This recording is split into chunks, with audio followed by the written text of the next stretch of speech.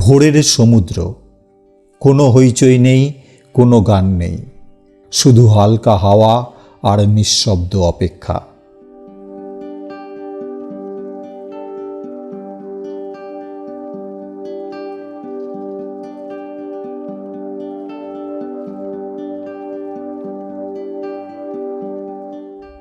মেঘের আড়াল থেকে সূর্যটা উঁকি দিতে চায়, কিন্তু পুরো বেরোতে পারে না, যেন সেও নিশ্চিত নয় আজ নিজেকে দেখানো ঠিক হবে কিনা।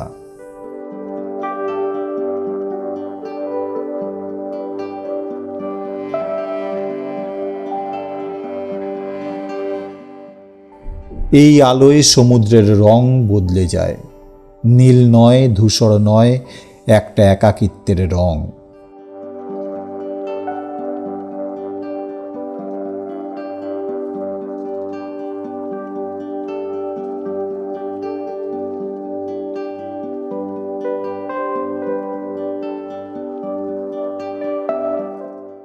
ফাঁকা সৈকতে দূরে একজোড়া মানুষ হাঁটে, কথা নেই, হাত ধরাও নেই, তবুও দুজন একসাথে।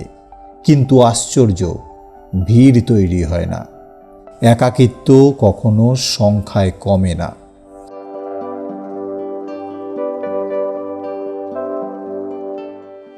পায়ের নিচে বালি নরম, ঢেউ আসে, থামে, আবার ফিরে যায়।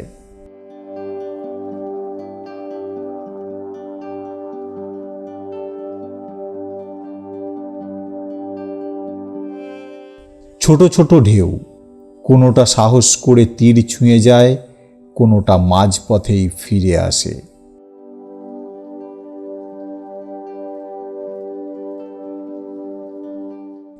এই আসা যাওয়ার মধ্যে কোনো অভিযোগ নেই, শুধু অভ্যাস।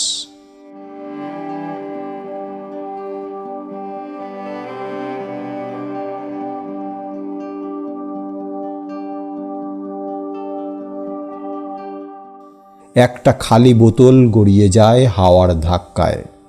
কে ফেলেছিল, কেন ফেলেছিল, এই প্রশ্ন সমুদ্র আর করে না।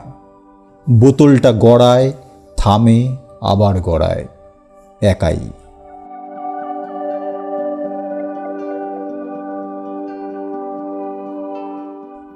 এই মুহূর্তে বুঝতে পারা যায়, একাকিত্ব মানে শূন্যতা নয়, একাকিত্ব মানে শব্দহীন স্পষ্টতা। ভিড়ের মাঝে থেকে ক্লান্ত হয়ে গেলে সমুদ্র শেখায় সব সম্পর্ক ধরে রাখার দরকার নেই, সব ঢেউ তীরে আসেই না। মেঘের আড়ালে সূর্যটা একটু উজ্জ্বল হয়, পুরো বেরোয় না, তবুও আলো দেয়, ঠিক আমাদের মতো। সব কথা না বলেও বেঁচে থাকা যায়। এই ফাঁকা সৈকত, এই নীরব ঢেউ, এই গড়িয়ে যাওয়া বোতল, সবাই একটাই কথা বলে, চুপচাপ। ভিড়ের মাঝে থেকেও যখন নিজের কথাই কেউ শোনে না, তখন একা থাকাই নিরাপদ। একাকিত্বে আর কারো মুখোশ নেই, নিজেকে লুকাতে হয় না। তাই এই সকালে এই সমুদ্রের সামনে দাঁড়িয়ে একটাই সত্য ধীরে ধীরে পরিষ্কার হয়, জীবন একাই ভালো।